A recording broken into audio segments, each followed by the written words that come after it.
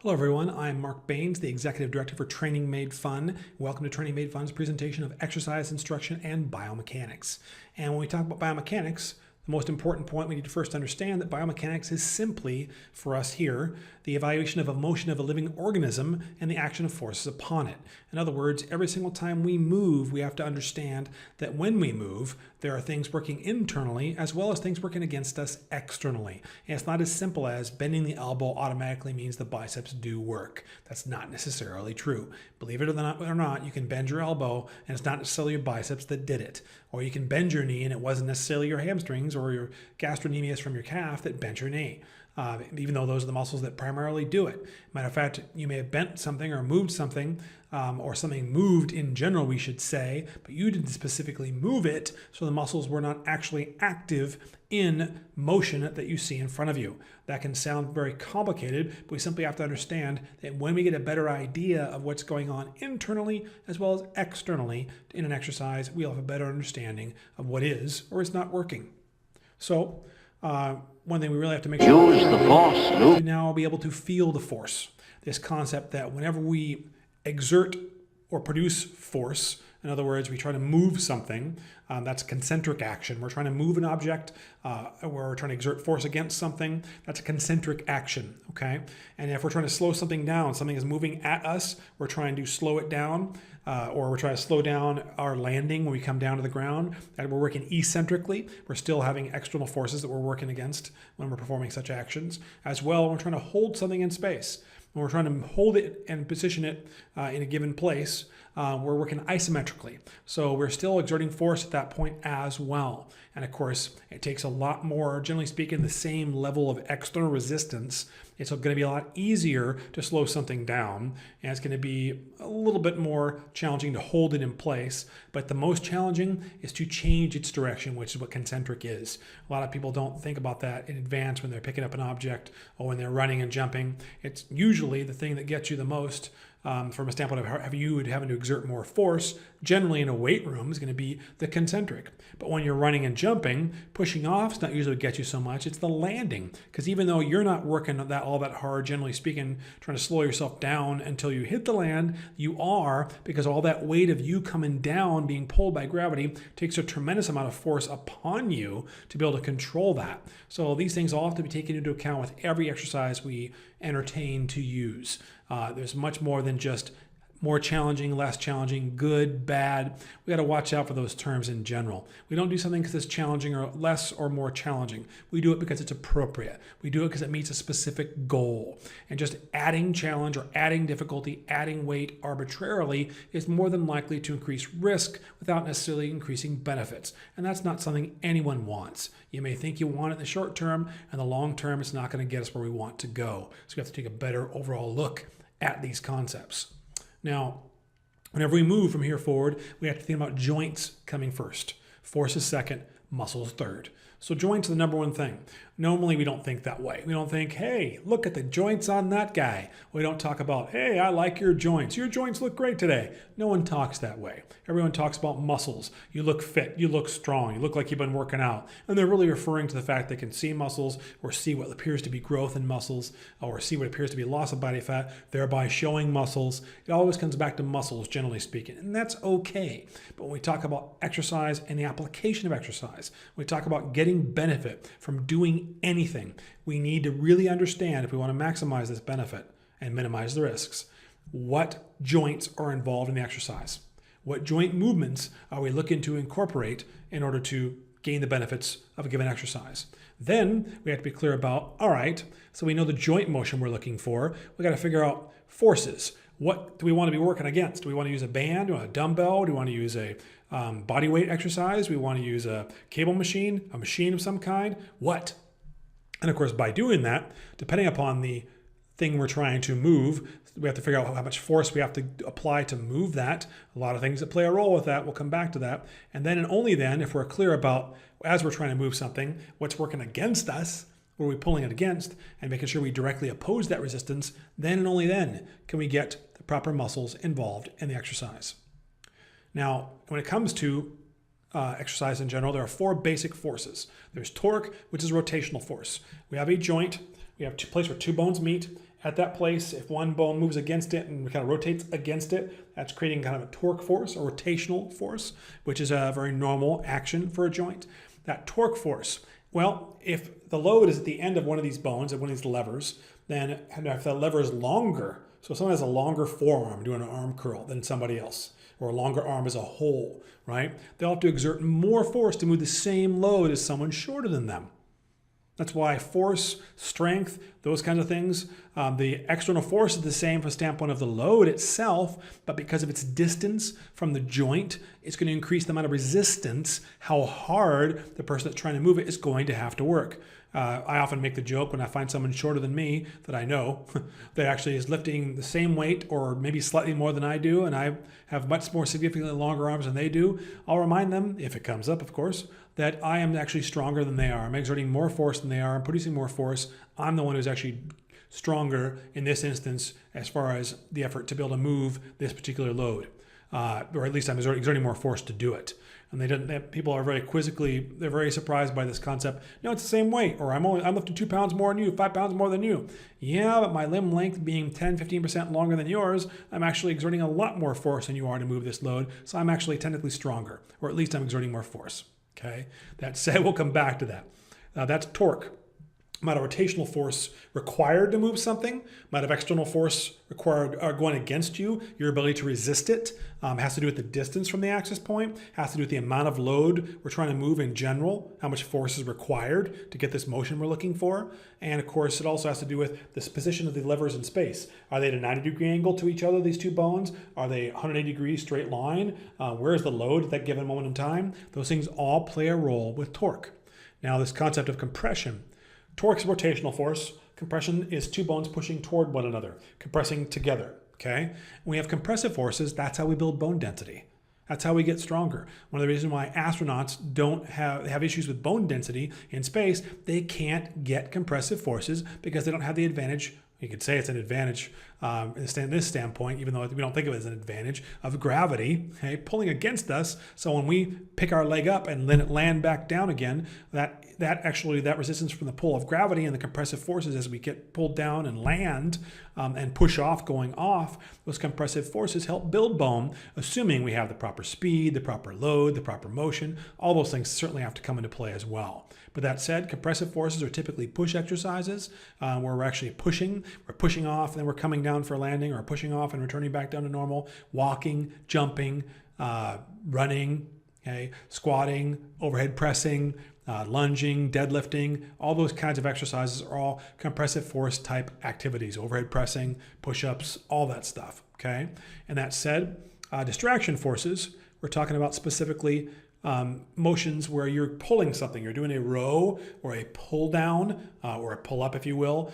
You're trying to pull the load towards you, or you're trying to pull yourself up toward a bar, if you will. In those instances, we're talking about pulling type exercises, and those joints that are involved in the pulling type motion at that moment in time. Generally speaking, we're getting distraction force. Okay, the bone's actually being pulled apart. Likewise, when you have a dumbbell in your hand doing like a pulling type exercise, you feel like your grip is being challenged. Well, you're getting distraction forces through your fingers as well. Whereas a pushing exercise, if you're doing an overhead press, the load is pushed into your hand, compressive force-wise, coming into you. Gripping is not an issue. It's actually at least less of an issue. You're not actually having to force the grip to keep the weight in your hand. It's actually going into you, whereas distraction is pulling against you, pulling away. Okay, compression coming together, distraction pulling apart. Okay, and lastly, we have shear. Shear is going across a translational force, one bone going across another. And this occurs in a lot of exercises as well. Matter of fact, any given moment in time, as much as 3 of these forces could be happening in an exact instant on a given joint. Okay, that's pretty complicated sounding, but it's not terribly surprising. If you're getting rotational force, there's torque there. Potentially there could be compression. If you're getting some pulling action while it's rotating, could be getting distraction as well. And if there's any point where there's a bone based upon where the load is, we're trying to move it, being pulled across another, there could be some shear. Typically speaking, an easy example is something like a knee extension, typically referred to as a leg extension. You're sitting on the machine, lining up your knee with the axis of the machine, sitting up real tall, and just trying to straighten your leg out. moving your tibia with the weight, with that pad on your shin, right, just above your foot, and you try to extend your knee, straighten your leg out. That quadricep activation you're trying to fire up right there. That's a lot of shearing force the more your leg gets straight, which leads some people to say, oh, that's not good. Shear is bad. Shear is not bad. There's nothing wrong with shear. There's nothing wrong with significantly or high amounts of torque, compression, distraction, and shear, as long as we can control the motion.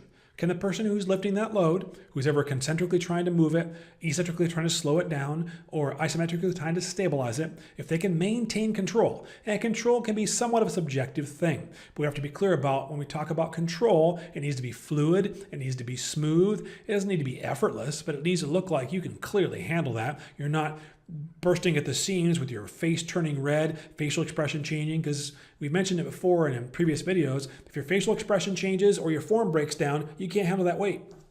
If your facial expression is getting scrunched up, even the joke we often make is the uglier your face, the worse your form. Okay, your form is bad, your form is breaking down, we're increasing risks as we speak and reducing rewards or benefits as we speak.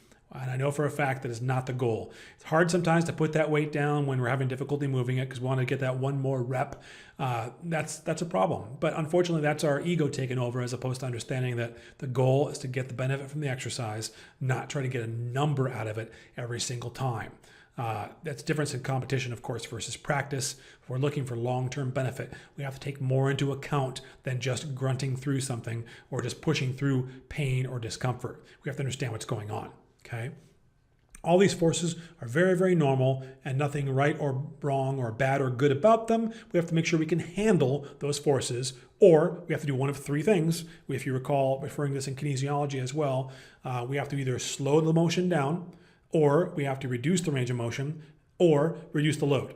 If it's body weight, you can't reduce the load. Slow it down is usually the first thing you always want to look to do if someone's form, their technique, their motor control, their movement skill is breaking down. If it's breaking down, slow it down. If they can't slow it down, they're probably not ready to do what we're asking them to do. If you try and make someone slow down a golf swing and they can't just they won't be able to swing quite the range of motion the same way as they would when they're explosive with an explosive swing. But if they can't get the large majority of that golf swing under control and slow, they probably shouldn't be swinging the club that fast and that hard, trying to hit the ball as far as they're trying to hit it. Shouldn't be happening. If they can't do a basic action of running in space with your arm forward and backward and good upright spine with proper leg action, maybe they shouldn't try and sprint, or they shouldn't be trying to run for 5 miles if they can't engage the basic action slowly at the proper range of motion. We can also reduce the range of motion a little bit. Be careful with that. We don't want to reduce beyond normal or natural range of motion. If we have to do so, again, maybe the weight's too heavy or the exercise is too difficult. If reducing a little bit of range of motion and or reducing the speed or reducing the weight don't work, we're probably utilizing the wrong exercise right now for this particular person at this moment in time, okay? That said, as speed increases, certainly torque, distraction, compression, and shear all increase, which is not good or bad. It simply means the level of control has to be higher.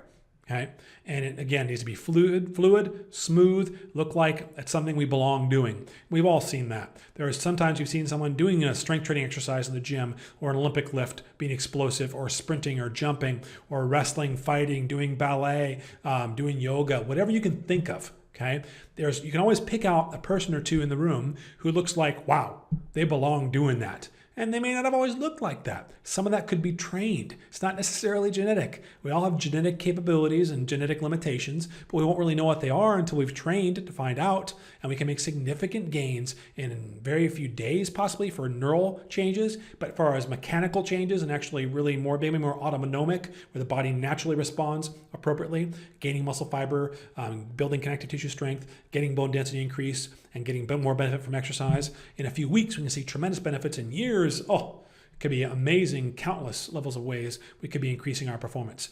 But don't make the assumption that just because that person is doing it the best, it's because they genetically are better. Not necessarily. It could be a training effect, and possibly from training the ways we just talked about, maintaining control over time and eventually improving upon that control to be able to handle greater forces, greater speeds, greater loads, greater movements or positions, all of the above. Now, we have to always know the goal. Why are we doing this exercise? And if the goal is I want to get a bigger chest, I want to get bigger arms, I want to lose weight, so I'm doing these exercises, those aren't wrong or bad, but we got to make sure we understand, okay, as soon as you said we're going to work our chest, you better know what specific joints are involved in the given motion required to activate fully your pectoralis major muscles to get them the exercise they need to get the benefit of gaining hypertrophy, gaining size. If you said bigger arms, did you mean biceps and triceps? Yes, both. Okay, fair enough. If that was your goal, then we have to make sure we understand not just bending your elbow and straightening it out, we have to make sure that with that joint action, we get the proper forces, the proper positions, and yes, it does matter. Where you do it, whether you're doing it out here, doing it in front of you, doing it down to your side, all of those things play a role, and yes, there are more or less efficient, more or less effective, and more and less safe ways of doing so. And of course, with weight loss, some people say just do something. Well, like anything, certainly you can do something. It's better than nothing. No one's going to argue that general concept. But if you just start doing random things, you're going to get random results. So you have to be clear about, all right, what are the most important? You got it. Joint actions. They're going to help us the most to lose weight. And that's the thing we need to take a closer look at. Then we have to understand the basic joint structure and function of given bones. Oh, that's a lifelong process. No one understands it like this and just gets these concepts. These things take time. Looking at kinesiology books, biomechanics books, physiology books, a lot of resources and a lot of experts to talk to over time to continue to build upon our ability to understand what you should or shouldn't do, can't do, what's possible, not possible with given joints if we start worrying about what the muscles do. Understandably, we want to know what the muscles do. Of course, we all do. But you got to make sure you first understand what the joint can do or can't do. Okay? Does exercise make sense for your client or for your athlete or whoever you're training? And there's our special effect. What are forces? Forces, well, in this case, we're just talking about F equals ma. Force, big F, equals mass times acceleration. To increase the force, either the size of the object, if it's bigger, it will take more force to move it concentrically, to stop it and hold it in space isometrically, or to slow it down eccentrically, okay? Or acceleration-wise, if it's moving faster toward us, it will take more force from us internally to be able to reduce that force acceleration coming at us, to decelerate it eccentrically, or to accelerate it in the other direction concentrically, or to hold it in space isometrically and reduce that force just enough to hold it in space. Now, we've said it before, but just so we remember this, it takes less effort, generally speaking, well, pretty much every time, to slow something down than anything else. Holding it in space, taking the same object, the same situation, holding something in place is going to be easier than slowing something down. Okay. Now, granted, we could get really more specific into, okay, depends on the angle. Yes. All those things being the case. Yes. But generally speaking, it's actually much easier to slow something down than holding it in place, which is a little more difficult, but moving something, which is essentially changing its direction. It wants to go one way. You're saying, nope, go in the other direction. Concentrically takes more effort. You're not stronger concentrically. That's often said. It's incorrect. You're not stronger. It's going to take more effort from you to produce force concentrically. You're not stronger eccentrically, so exactly, to be exact, what most people say. You're not stronger that way. It just takes less effort to reduce the force of something. Like someone running at you is my favorite example. To slow someone down, that's not so hard. Get in the way a little bit. It's not a big deal. It takes very little effort to slow them down a bit. Stop them. Okay, so you got to make them stop altogether. It's a lot more effort to get them to stop from coming at you, like make them totally freeze, right? Otherwise, now you want to make them go the other way. Well, and if you ever played football or played any sports, when that's your job, someone's coming at you pretty hard, and you got to not just slow them down or stop them, you have to make them go the other direction. Wow, the amount of force required for you to do that is a significantly higher amount. It's always harder concentrically than it is isometrically than it is eccentrically. Okay, and that said, everything we do movement-wise is either a push or a pull. Everything. You either push or you pull. Chest press, push. High row, pull. Overhead press, push. Pull down or pull up, pull, right? Jump, pushing upward, that's a push. But if you just kind of lift your leg off the ground, like you're just lifting your leg upward, actually from your hip, that's actually technically a pull. Come back down toward the ground as you come down, that's a push, okay? Always a push or a pull. Force over time is going to change an object's momentum. The more something gets going, that's P, momentum, meaning the mass is coming at a greater speed, velocity, or a larger object's going to gain speed easier coming at you, making it harder for you to slow it down or to move it or to stabilize it, okay? That's normal stuff. However, Even though momentum is a natural concept, a measurement of an object's motion, the more something gets going, the harder it is to get it, to stop it, slow it down, or make it change its direction. So consequently, it comes back to that simple idea, control. And when we talk about external loads, doing dumbbell exercises, doing overhead pressing, doing pulls, anything we're doing like external loading in general, we have to really be clear about, aside from Olympic lifting, we really don't want to have a lot of momentum. We don't. We want to slow things down. We're talking about strength endurance, slow motions. Hypertrophy, definitely slow motions. Maximal strength, the load is so high, we have such a high external load, high force output requirement, the velocity is going to be low. The only time we want high velocity, we want speed, is when the goal is speed. The goal is power. The goal is agility. All those things which require, by the way, light loads with less range of motion when it comes to basic joint actions. Something to think about. We'll talk more about this in part 2 of biomechanics.